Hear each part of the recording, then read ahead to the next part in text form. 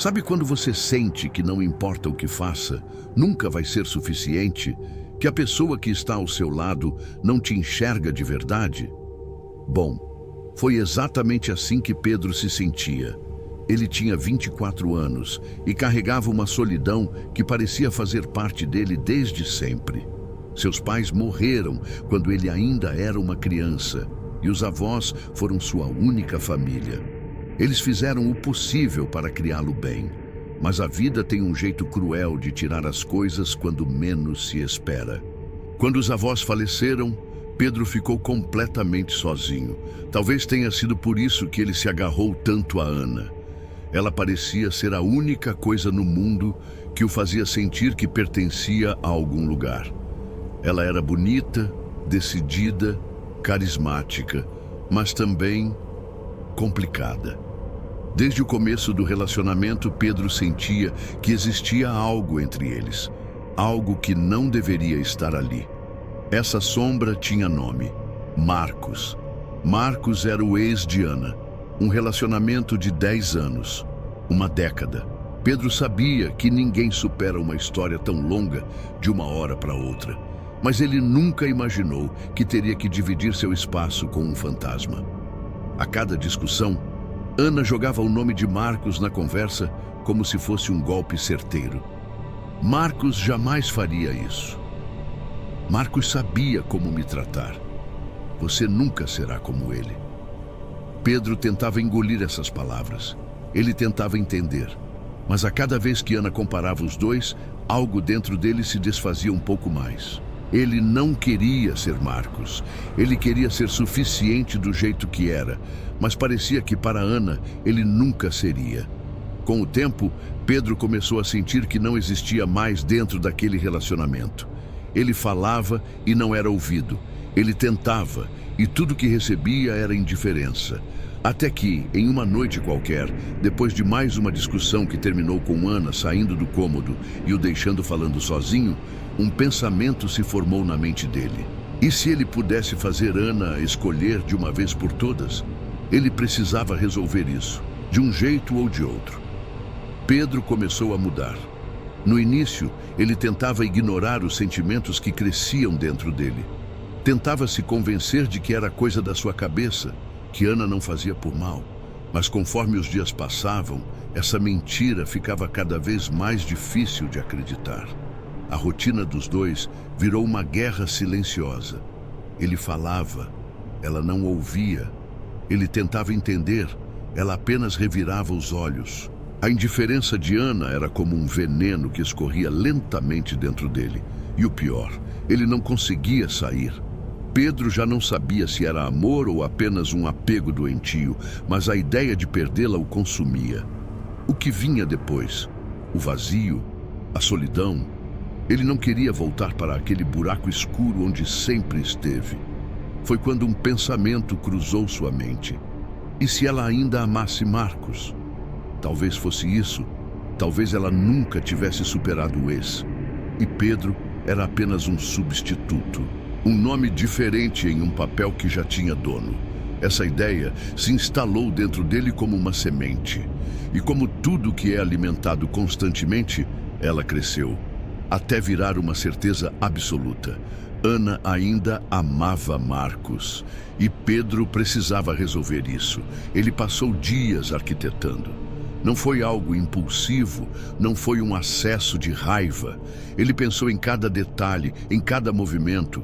Pedro decidiu que Ana teria que escolher, mas não com palavras vazias, não com desculpas. Ela teria que olhar nos olhos dos dois e decidir de verdade.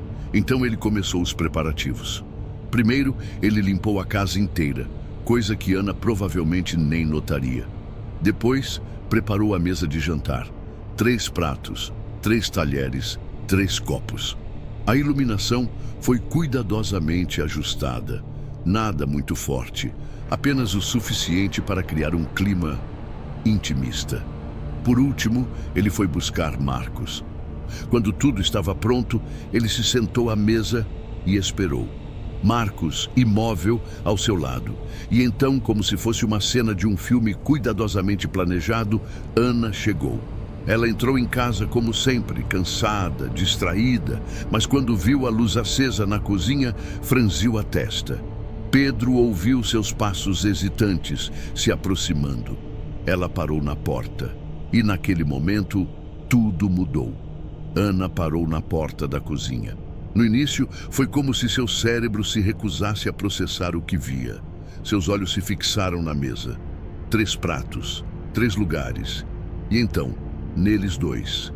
Pedro estava sentado calmamente. Sua expressão era serena, quase satisfeita. E ao lado dele, Marcos. O ar ficou pesado. O silêncio parecia ensurdecedor. Ana tentou falar, mas nenhum som saiu.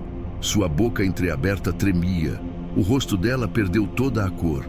As mãos pendiam ao lado do corpo, tensas, incapazes de se mover. Pedro sorriu, apoiando os braços na mesa. Oi, amor, surpresa. Ana piscou rapidamente, o peito subindo e descendo de forma descompassada. Finalmente ela conseguiu forçar algumas palavras, a voz saindo engasgada. O que você fez?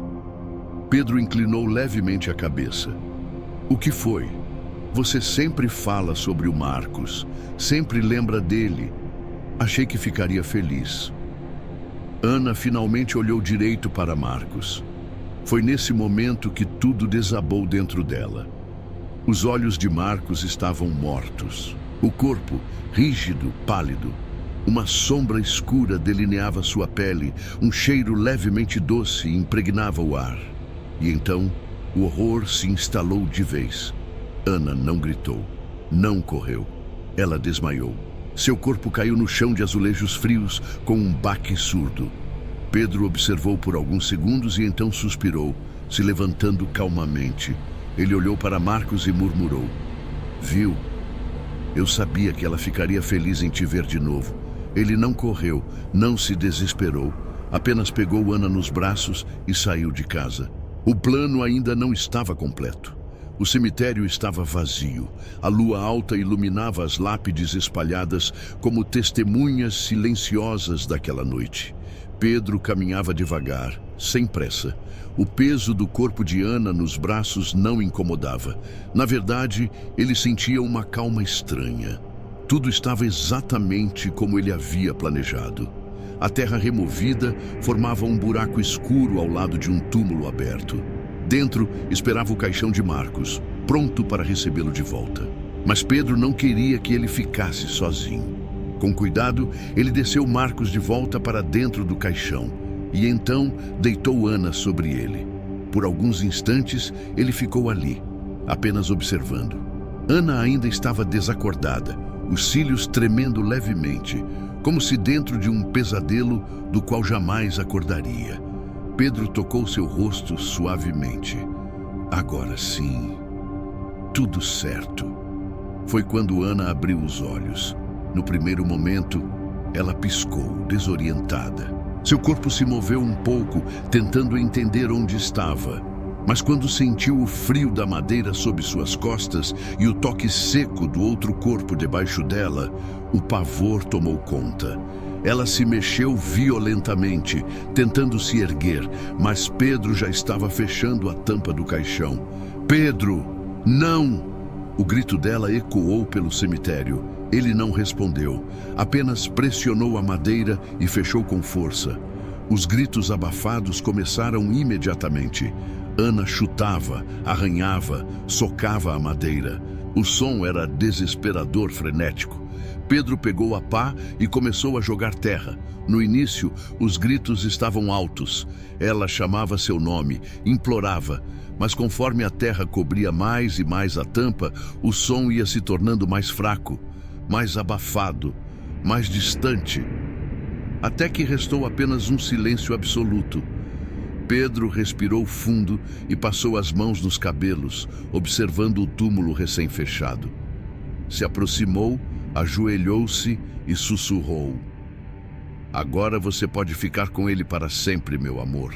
Ele ficou ali por alguns minutos, apenas ouvindo o vento dançando entre as lápides. Depois se levantou, pegou a pá e caminhou de volta para casa. Lá, tomou um banho quente, colocou uma música e preparou o jantar. Se sentia leve. Talvez ainda houvesse um vazio dentro dele, mas agora ele sabia. Ana sempre quis ficar com Marcos e agora ela ficaria com ele para sempre.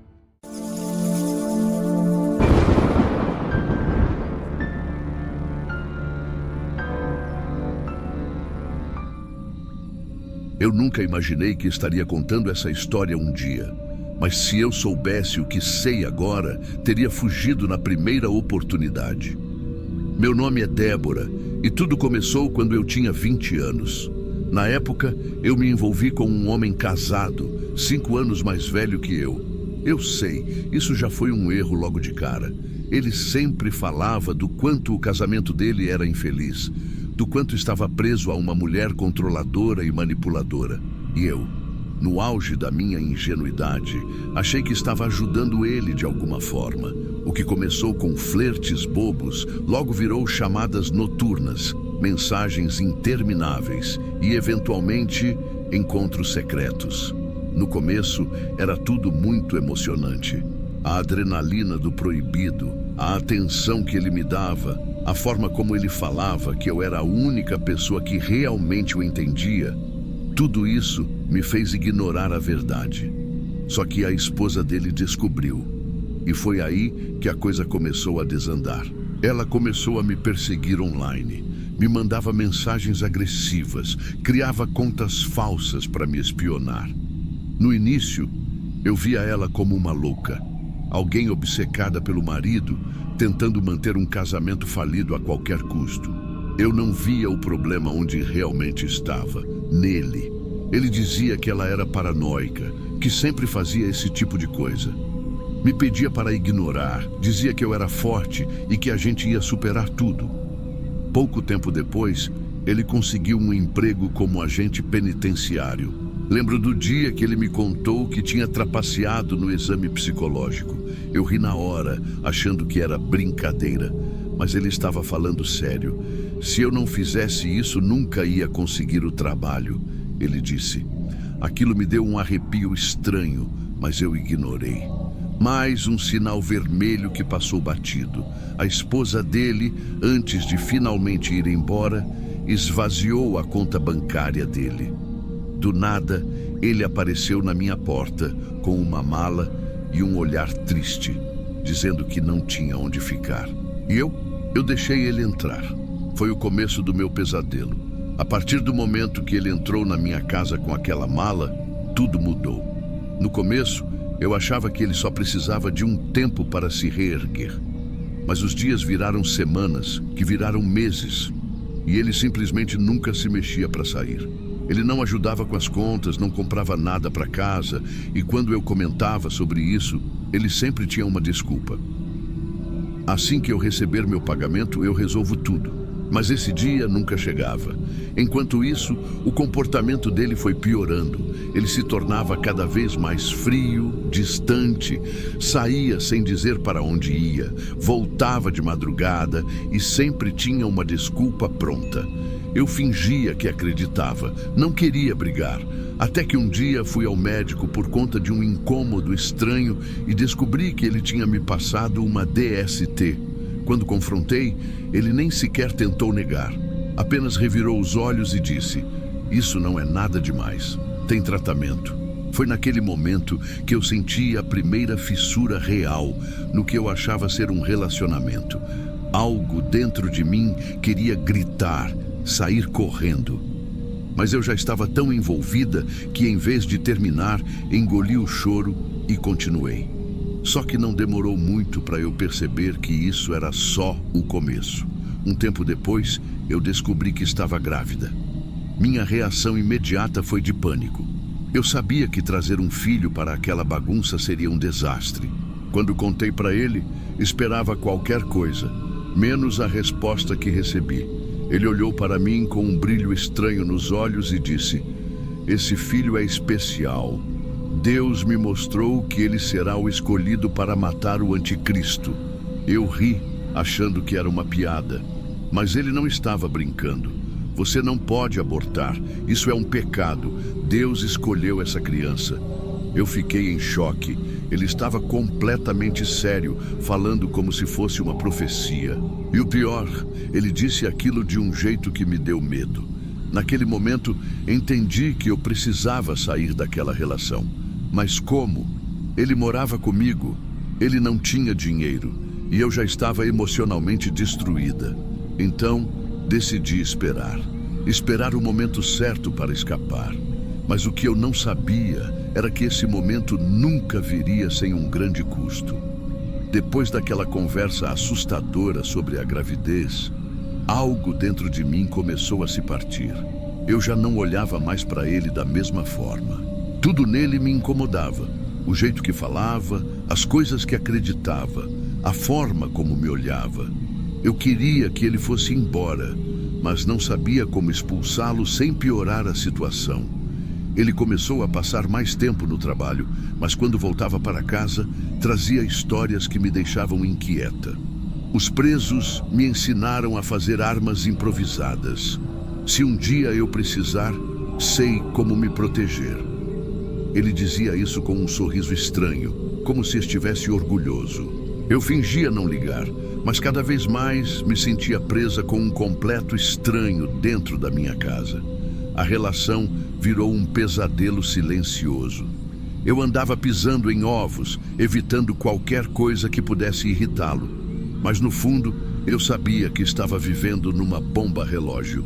Até que um dia, essa bomba explodiu. Naquela noite, eu cheguei em casa exausta e o encontrei no sofá, bebendo. Ele olhou para mim e disse: "Você não me ama mais, né? Eu vejo no seu olhar." Eu tentei evitar a briga, mas ele continuou. Foi me cercando, me pressionando contra a parede. Começou a gritar, a me chamar de ingrata.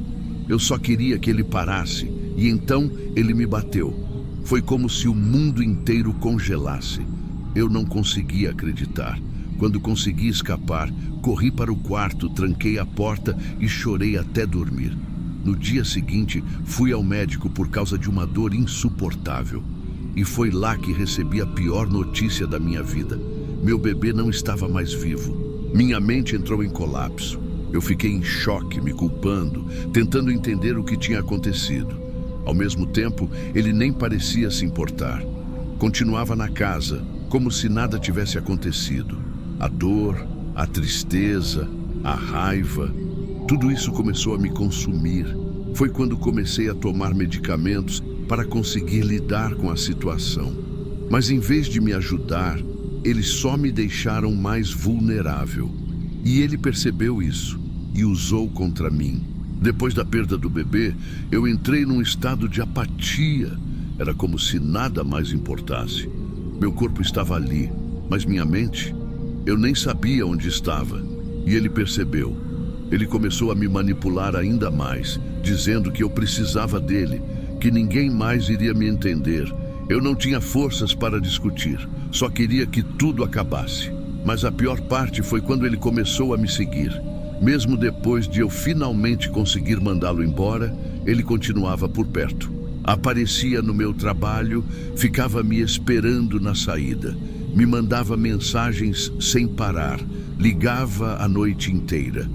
Às vezes, quando eu chegava em casa, tinha a sensação de que alguém tinha mexido nas minhas coisas. Eu comecei a sentir medo dentro da minha própria casa. Meu pai e meu irmão perceberam que algo estava errado. E quando contei, eles não pensaram duas vezes. Um dia, quando ele apareceu na porta insistindo para entrar, meu irmão mais velho empurrou ele para fora e disse: "Some daqui, agora." E pela primeira vez, ele pareceu entender que não tinha mais controle sobre mim. Mas isso não significava que ele desistiu. O tempo passou. A vida seguiu. Eu fiz terapia, me reconectei com minha família, tentei reconstruir quem eu era antes de tudo aquilo. Foi um processo lento e doloroso, mas aos poucos consegui respirar de novo. Até que um dia, uma amiga me mandou uma mensagem com um link de notícia. Quando abri, meu coração disparou. Era sobre ele. Ele tinha sido preso, mas não por algo simples. O FBI o pegou tentando abusar de uma criança. Ele caiu numa armadilha, respondendo a um anúncio falso. Eu fiquei paralisada, meu estômago revirou. De repente, tudo fazia sentido. O jeito dele, as obsessões, a forma como ele me tratava. Eu senti um alívio por ele estar preso, mas ao mesmo tempo, se eu não tivesse saído daquela relação, o que teria acontecido comigo? Ele foi condenado a 14 anos de prisão, mas mesmo lá dentro, ele ainda me culpava por tudo. Mesmo sabendo que ele estava atrás das grades, eu nunca me senti completamente segura. Algumas pessoas vão presas e refletem sobre os próprios erros, mas ele não era esse tipo de pessoa. Ele nunca se achou errado. Ele nunca achou que precisava mudar. E um dia ele vai sair. Esse pensamento me assombra até hoje. Eu sei que fiz tudo o que pude para me proteger, que escapei de algo que poderia ter acabado muito pior. Mas o medo, esse nunca foi embora completamente. Se tem uma coisa que aprendi com essa história, é que os sinais sempre estiveram lá. Eu só não quis ver. E espero que, se alguém estiver ouvindo isso agora, consiga enxergar os sinais antes que seja tarde demais.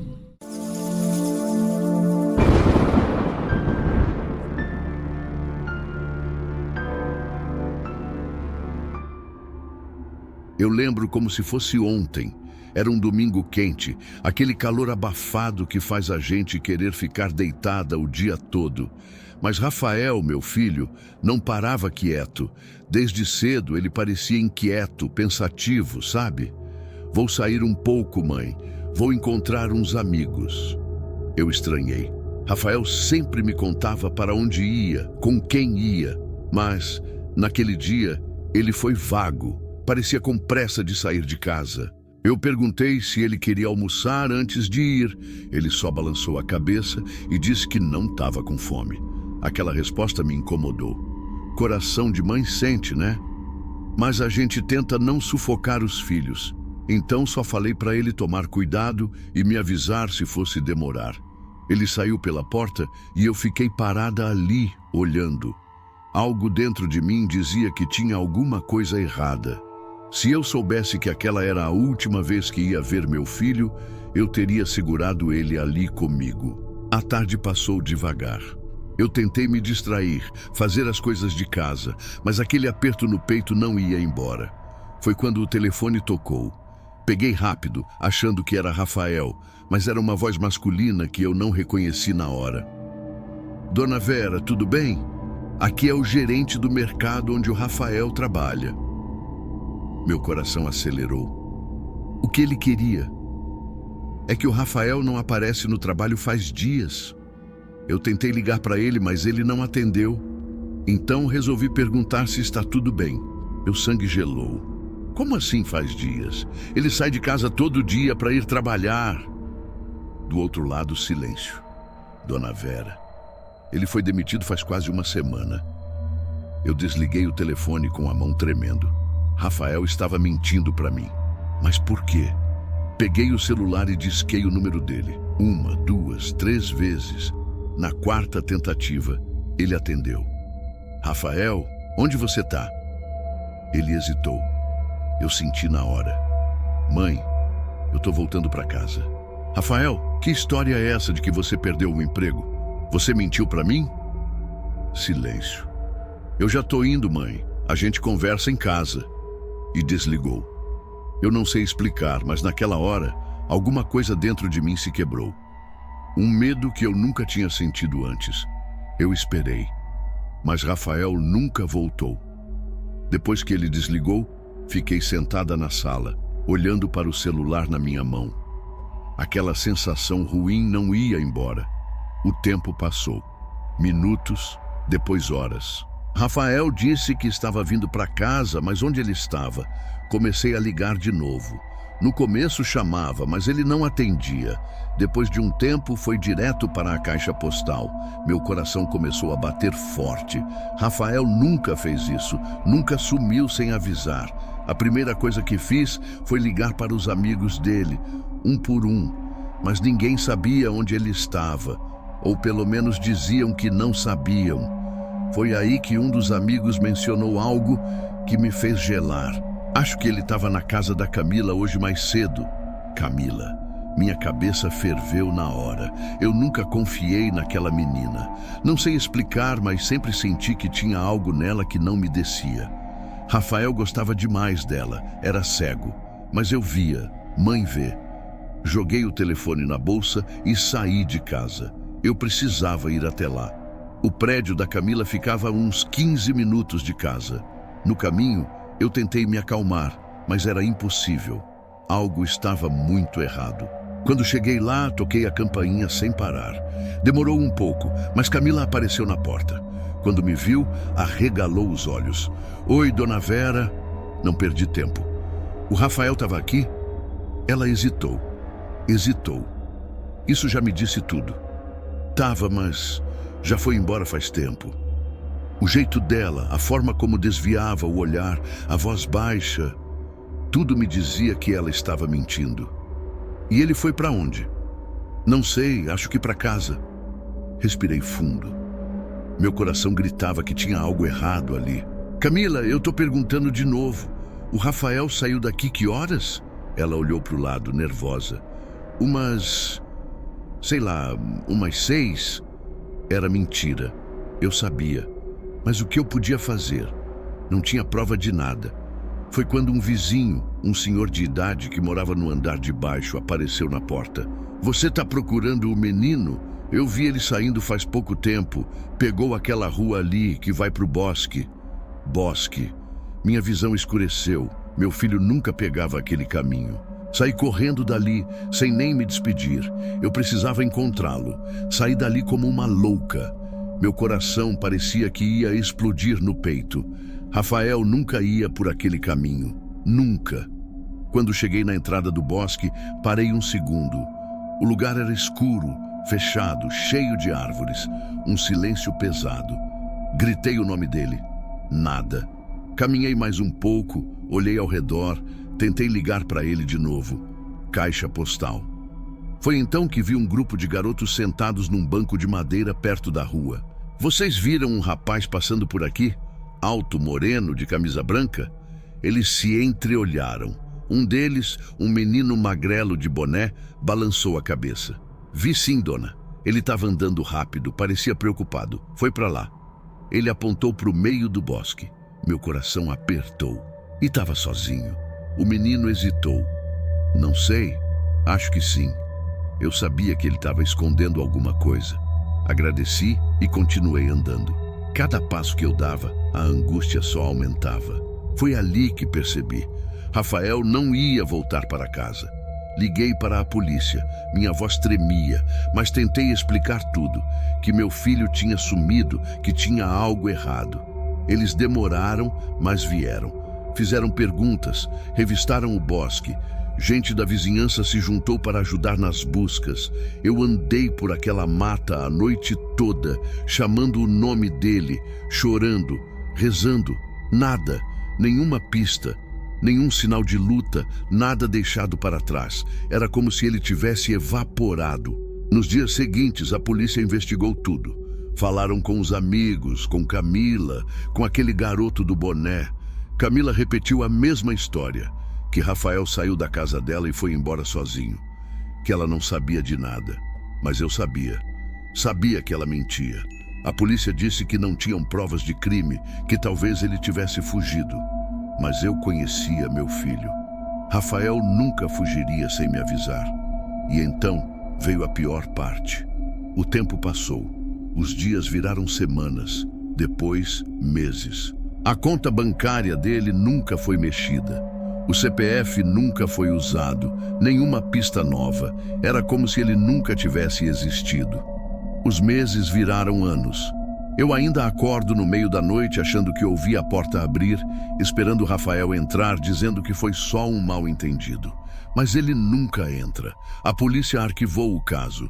Disseram que sem provas, sem testemunhas e sem pistas, não havia mais o que fazer. Mas eu sei que a resposta está naquela noite. Sei que está naquela menina. Camila seguiu a vida. Arrumou outro namorado pouco tempo depois, mas toda vez que eu cruzava com ela na rua, via nos olhos dela que ela sabia de alguma coisa. Eu quis gritar, quis arrancar a verdade dela, mas o que eu podia fazer? Eu era só uma mãe tentando encontrar o filho. Tentei tudo. Contratei detetive, fui em programa de TV, espalhei cartazes, procurei em cada canto da cidade. Mas Rafael continuava desaparecido. Sem rastros, sem resposta, sem despedida. Hoje, a única coisa que me resta é a dor e a incerteza. Dizem que coração de mãe nunca se engana. E o meu ainda grita que Rafael não se perdeu sozinho naquela noite. Eu só queria saber a verdade, mas talvez eu nunca descubra. Você acha que vingança em um término vale a pena ou é perda de tempo? Comenta aí.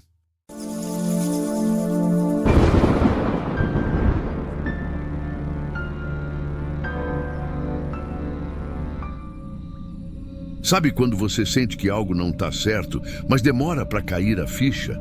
Foi exatamente assim com a Camila.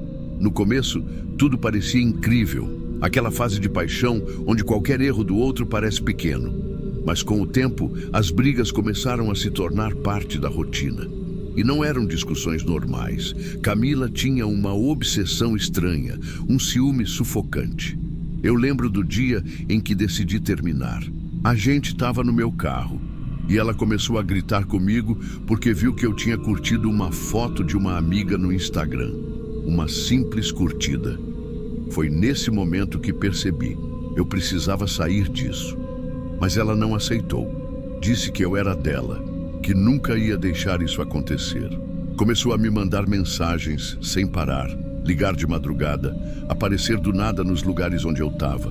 Meus amigos diziam para eu bloquear, mas quando eu fazia isso, ela criava contas novas e mandava mensagens de números diferentes. Foi um inferno. Eu só queria seguir a minha vida. Fui cortando aos poucos, ignorando as mensagens, mudando minhas rotinas. Até que um dia, do nada, tudo parou. Nenhuma mensagem, nenhuma ligação. Um silêncio absoluto. Parecia bom demais para ser verdade. E era. Depois de meses tentando me recuperar daquela loucura, eu conheci a Mariana. E foi completamente diferente. Ela era doce, tranquila, engraçada. Pela primeira vez, eu sentia que podia viver um relacionamento sem estar pisando em ovos. A gente começou a sair e tudo parecia perfeito. Finalmente, parecia que eu tinha superado o passado. Mas então, começaram as coincidências estranhas. Um dia, enquanto eu estava no mercado, tive a sensação de que alguém me observava. Olhei ao redor, mas não vi ninguém conhecido. Achei que era coisa da minha cabeça. Depois, começaram as chamadas de número desconhecido. Eu atendia e a pessoa ficava muda do outro lado da linha. Às vezes desligava na minha cara, outras vezes ficava respirando pesado. Isso começou a me deixar inquieto. Mas o pior ainda estava por vir. Numa noite, Mariana me mostrou algo que me gelou por dentro. Amor, olha isso! Eram mensagens anônimas no celular dela, dizendo que eu era infiel, que eu estava enganando ela, que ela precisava tomar cuidado comigo. Algumas mensagens tinham até detalhes do nosso dia, como onde a gente tinha jantado ou que roupa eu estava usando. Meu sangue gelou.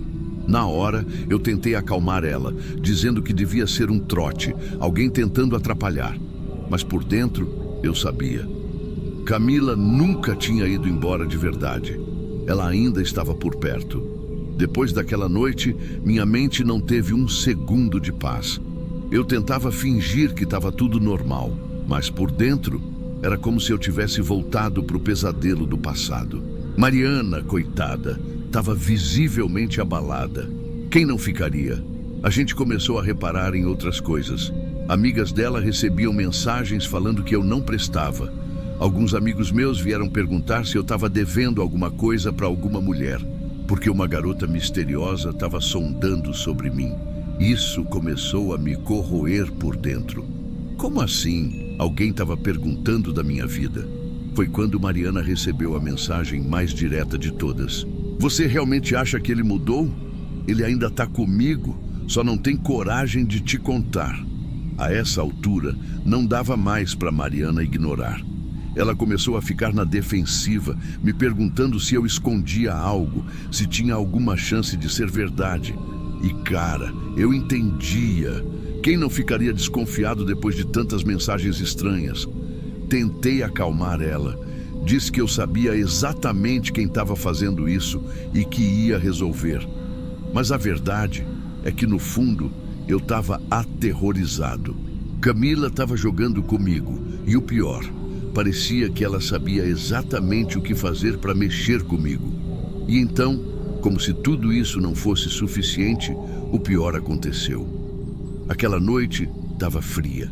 Eu saí do trabalho como qualquer outro dia, andando até o estacionamento. Mas assim que virei a esquina e vi meu carro, senti um arrepio percorrer minha espinha. O capô e as portas estavam completamente riscados, palavras marcadas profundamente na lataria. Traidor!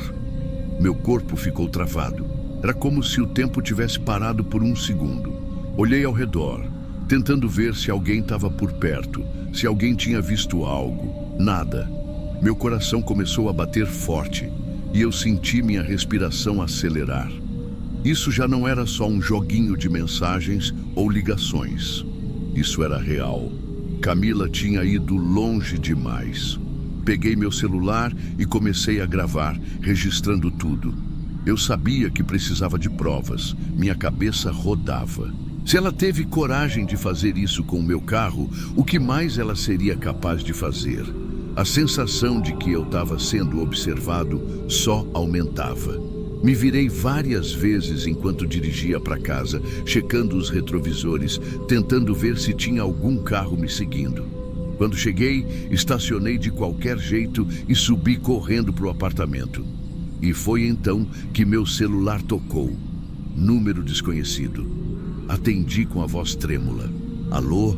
O silêncio do outro lado durou alguns segundos antes de uma voz fria e familiar quebrá-lo.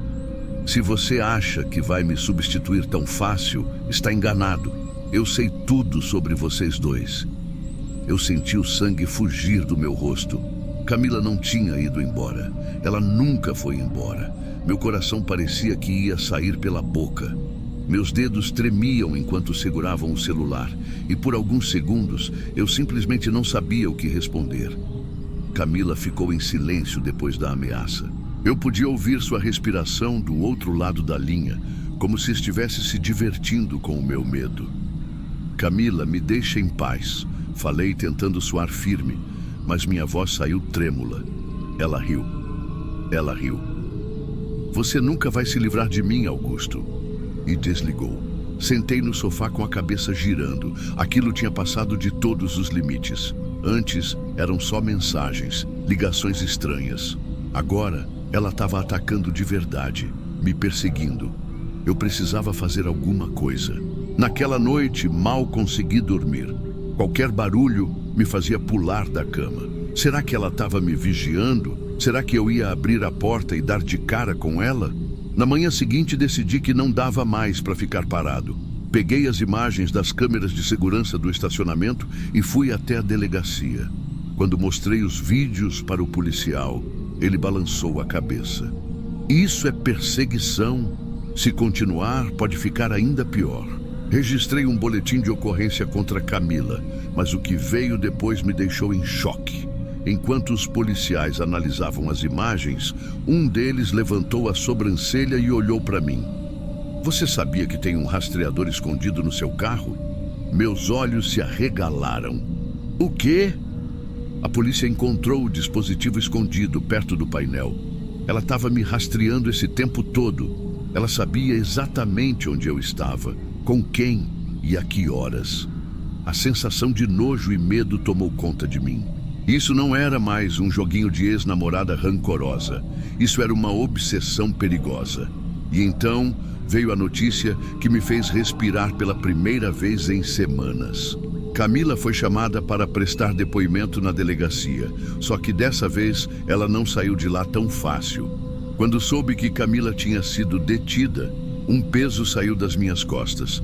Não era exatamente um final de filme, onde o vilão desaparece para sempre, mas, pela primeira vez em muito tempo, eu senti que podia respirar. A polícia tinha provas suficientes para enquadrá-la por perseguição e dano à propriedade. Eu não sabia se ela ficaria presa por muito tempo, mas já era um começo. Mariana ficou em choque quando contei tudo. Ela chorou. Disse que não fazia ideia de que alguém poderia ser tão doente a ponto de nos perseguir assim. Nos dias seguintes, tentei voltar à rotina, mas ainda olhava por cima do ombro o tempo todo. Ainda sentia que a qualquer momento Camila poderia aparecer. Mas aos poucos fui me sentindo mais seguro. Os dias viraram semanas e as semanas viraram meses. Aos poucos, Mariana e eu conseguimos seguir em frente. Voltamos a sair sem medo, sem olhar para os lados esperando por uma sombra. Camila tinha tentado destruir minha paz, mas no fim ela não conseguiu. Eu segui minha vida e finalmente eu estava livre.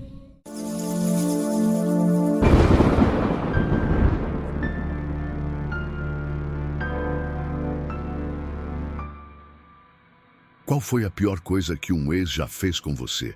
Porque o que vou te contar agora, tenho certeza que vai te deixar assustado com a capacidade humana. Meu nome é Luciano, e eu nunca pensei que passaria por algo assim.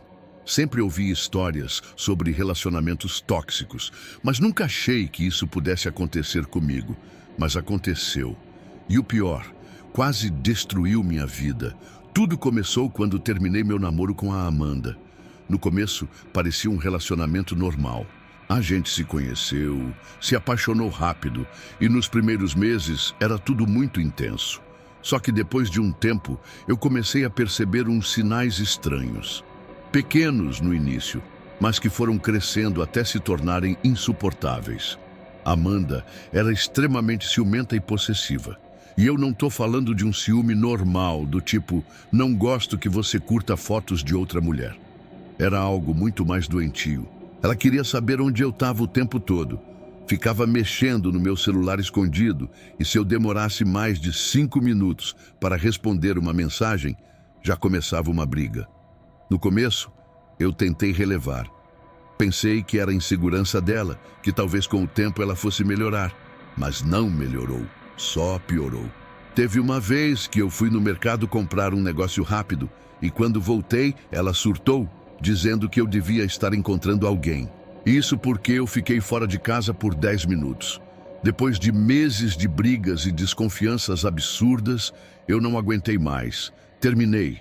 E, para ser sincero, foi um dos momentos mais libertadores da minha vida. No começo, ela chorou, gritou, implorou para eu dar mais uma chance. Mas eu me mantive firme. Aí veio a parte estranha. Depois de um tempo, Amanda simplesmente parou de insistir.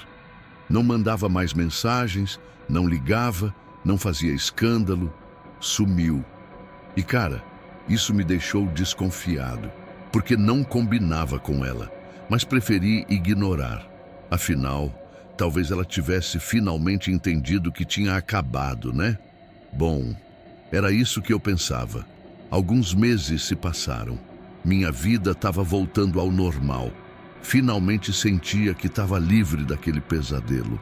Até que uma noite recebo uma mensagem dela. Oi, Luciano. Eu só queria conversar com você. Nada demais. Só um último encontro. Só para termos um encerramento. Você pode? Quando eu li aquilo, meu instinto já me alertou. Eu sabia que Amanda não era confiável, mas ao mesmo tempo fiquei pensando, e se for só isso mesmo? E se ela só quiser colocar um ponto final e seguir a vida? Resolvi aceitar, não porque eu queria vê-la de novo, mas porque não queria deixar nenhuma ponta solta. No dia seguinte a gente se encontrou num café e, cara, ela estava diferente. Sabe quando a pessoa muda completamente de postura? Ela não chorou, não tentou me reconquistar, não fez drama. Pelo contrário, estava calma, amigável, madura. Eu só queria dizer que agora eu entendo tudo, Luciano. Sei que eu fui possessiva e que isso estragou nosso namoro, mas eu tô bem agora. E quero que você fique bem também. Ela sorriu, pegou o café dela e continuou conversando como se nada tivesse acontecido. Na minha cabeça, fiquei meio em choque. Era surreal ver aquela mulher que um dia fez um inferno na minha vida agindo como se nada tivesse acontecido. Mas beleza. O encontro foi tranquilo. Me despedi e fui embora aliviado. Pensei, pronto, agora sim, acabou de vez. Mal sabia eu que o inferno estava só começando. No dia seguinte, acordei tranquilo. A sensação de ter fechado aquele ciclo era boa. Tomei meu café, peguei o celular e fui dar uma olhada nas mensagens. E foi aí que o pesadelo começou. Recebi uma ligação de um número estranho. Atendi sem pensar muito. Senhor Luciano? Aqui é da delegacia. Precisamos que o senhor compareça para esclarecer uma denúncia feita contra você. Eu congelei. Denúncia? Que denúncia? O policial do outro lado foi bem direto. Uma mulher registrou um boletim de ocorrência dizendo que você a agrediu e a ameaçou ontem. Naquele momento, o chão sumiu debaixo dos meus pés. Isso é um engano. Eu não fiz nada.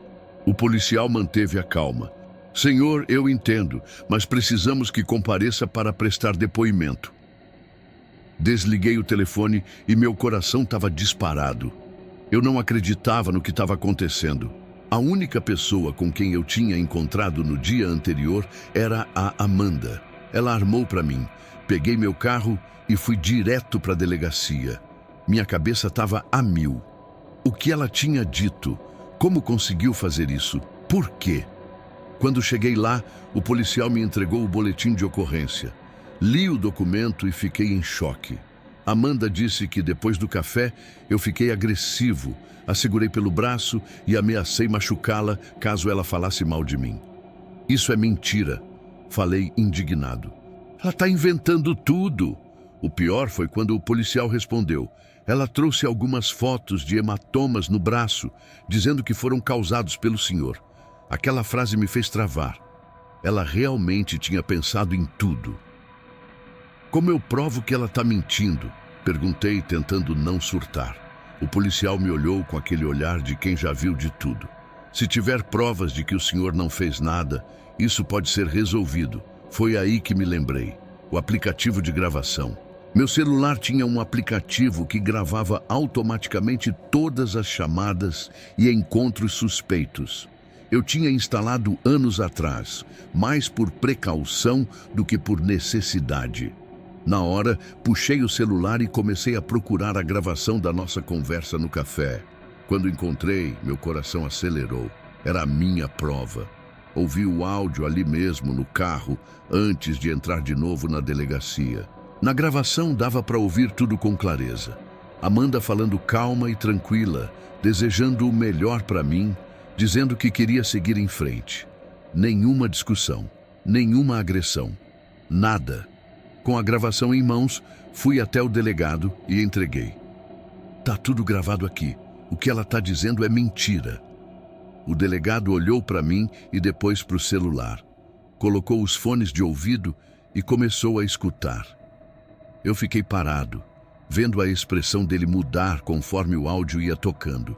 Quando ele terminou, soltou um suspiro e me devolveu o celular.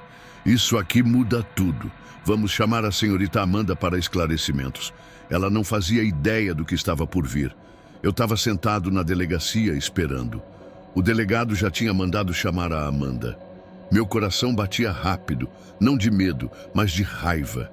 Ela tentou acabar com a minha vida, com a minha reputação, me colocar como um agressor, quando, na verdade, ela que era o verdadeiro perigo. Uns minutos depois, ela entrou na sala. De primeira, vi aquele olhar de falsa surpresa, como se não entendesse o que estava acontecendo. O que foi? Ela perguntou, olhando para o delegado. Senhorita Amanda, temos uma nova prova aqui. Um áudio gravado do encontro que teve com o senhor Luciano ontem. Na mesma hora, o rosto dela empalideceu. O delegado pegou o celular e apertou o play. O silêncio na sala era ensurdecedor enquanto o áudio ia tocando. Cada palavra dela, cada frase educada e tranquila, provava que ela mentiu do começo ao fim. Quando terminou, O delegado encarou Amanda e falou: "A senhora tem algo a dizer sobre isso?" Ela ficou sem reação. Olhava para o chão, mexia nos dedos e então veio com aquela desculpa esfarrapada. Mas eu realmente me sentia ameaçada. O delegado interrompeu. "Isso não é o que o áudio mostra. A senhora inventou uma agressão, forjou hematomas e tentou destruir a reputação dele com uma mentira grave. Isso tem consequências. E foi ali que eu vi. Ela sabia que perdeu. Eu não precisei dizer nada, só fiquei ali, observando a máscara dela cair, o plano perfeito desmoronar. No fim, Amanda não foi presa, mas a denúncia contra mim foi imediatamente retirada. Os policiais disseram que ela poderia responder por falsa comunicação de crime, mas o que mais me importava era que eu estava livre. Saí da delegacia com um alívio que nunca senti antes. Respirei fundo e prometi para mim mesmo: nunca mais deixo alguém assim entrar na minha vida. E se tem uma coisa que aprendi com tudo isso, é que algumas pessoas não aceitam perder e vão até o fim para tentar te destruir. Mas, felizmente, eu venci essa batalha.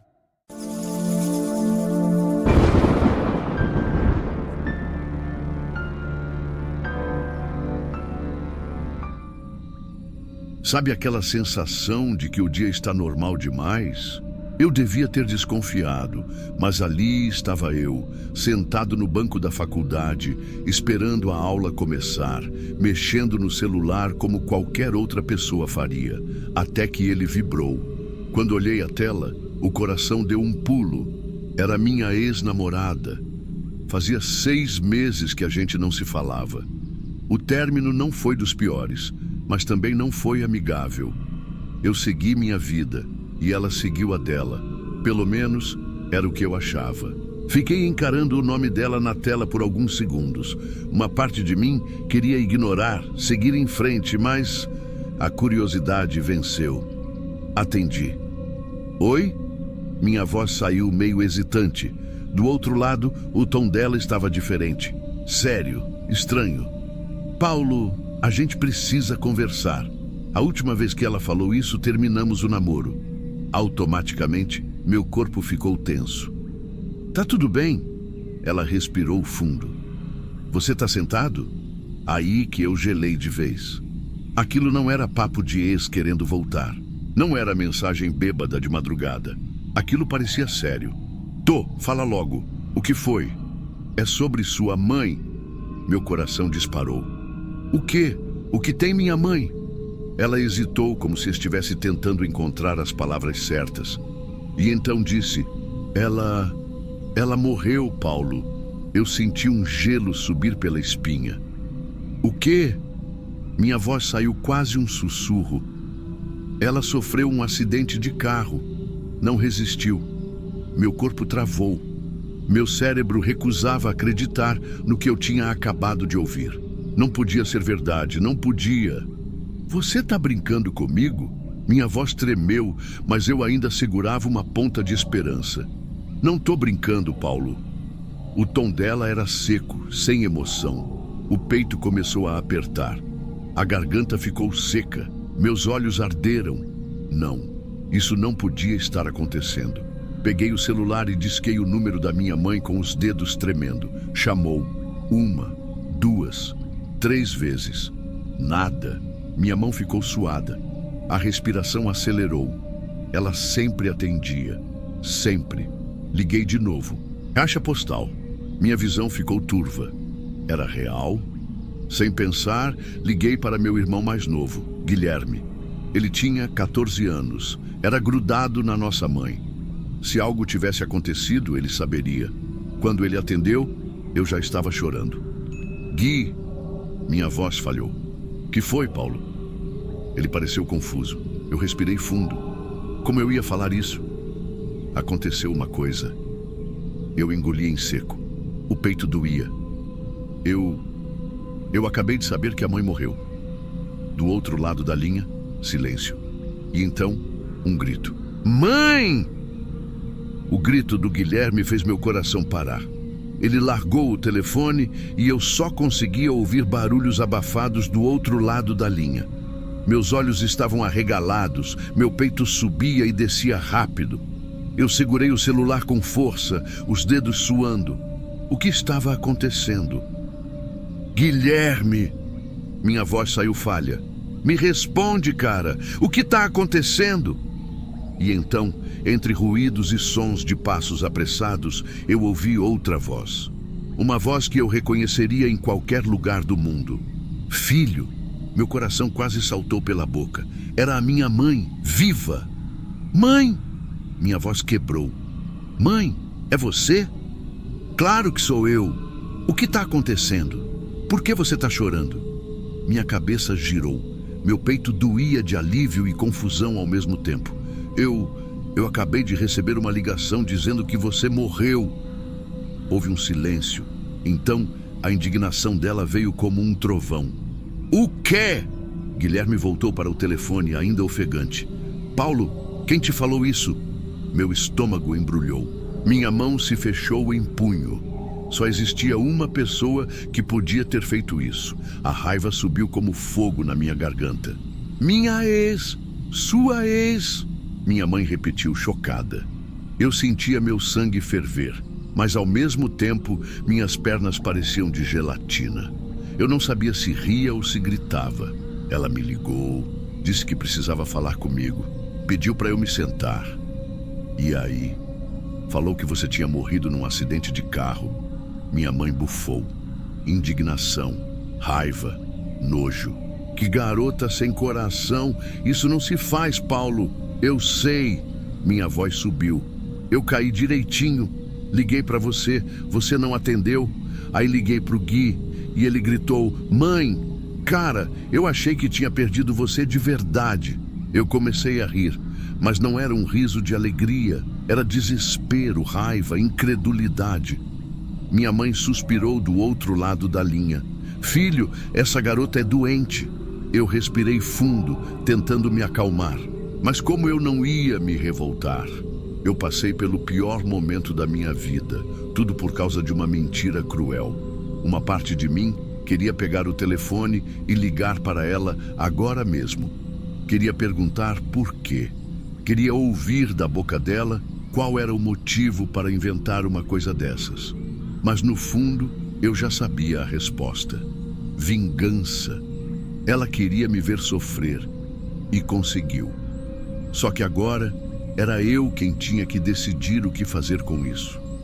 Meu coração ainda martelava no peito. Minha cabeça girava. Eu olhei para o celular na minha mão, a tela iluminada, os dedos tremendo de raiva. Ela tinha que ouvir. Sem pensar duas vezes, apertei para ligar. Chamou. 1, 2, 3 vezes. Então ela atendeu. Oi, Paulo. A voz dela era calma, como se nada tivesse acontecido. Como se ela não tivesse acabado de me fazer passar pelo pior desespero da minha vida. Minha respiração saiu pesada. Por que você fez isso? Silêncio. O quê? O tom dela era cínico, como se estivesse se fazendo de desentendida. Eu apertei o celular na mão. Você sabe do que eu tô falando. Você me ligou dizendo que minha mãe morreu. Você tem ideia do que isso fez comigo? Outro silêncio. Então ela riu. Ela riu. Nossa, você acreditou mesmo? Ela disse, com uma ironia que me fez sentir um gosto amargo na boca. Minha raiva explodiu. É claro que eu acreditei. Você falou como se fosse real. Como alguém mente sobre uma coisa dessas. O que você queria, hein? Me ver desesperado? O riso dela sumiu. E agora você sabe como eu me senti quando você terminou comigo. Meu peito gelou. Você tá me dizendo que fez isso para se vingar? Você me machucou, Paulo. Agora foi a sua vez. Eu fiquei sem palavras. Era isso. Ela não se importava com o que fez. Não achava que tinha passado dos limites. Na cabeça dela estava mosquites. Sentia um nó na garganta. Não era tristeza. Era nojo. Eu nunca conheci essa versão dela. E naquele momento eu soube. Você sabe o que é pior? Minha voz saiu fria. Você conseguiu o que queria. Eu sofri. Mas agora você nunca mais vai ter qualquer espaço na minha vida. Nunca mais. E desliguei na cara dela. Sentei no banco da faculdade e passei as mãos no rosto. Me senti exausto. Minha mãe ainda estava viva. Eu não perdi ninguém. Mas algo morreu naquele dia. A última gota de respeito que eu ainda tinha por ela. Respirei fundo. Decidi que não valia a pena carregar aquele peso. Ela queria me machucar, mas eu não ia deixar isso me consumir. Ela não merecia nem meu ódio. Levantei, guardei o celular e segui meu dia, porque a melhor vingança era ser feliz sem ela. Qual foi a pior coisa que um ex já fez com você? Vamos compartilhar histórias nos comentários.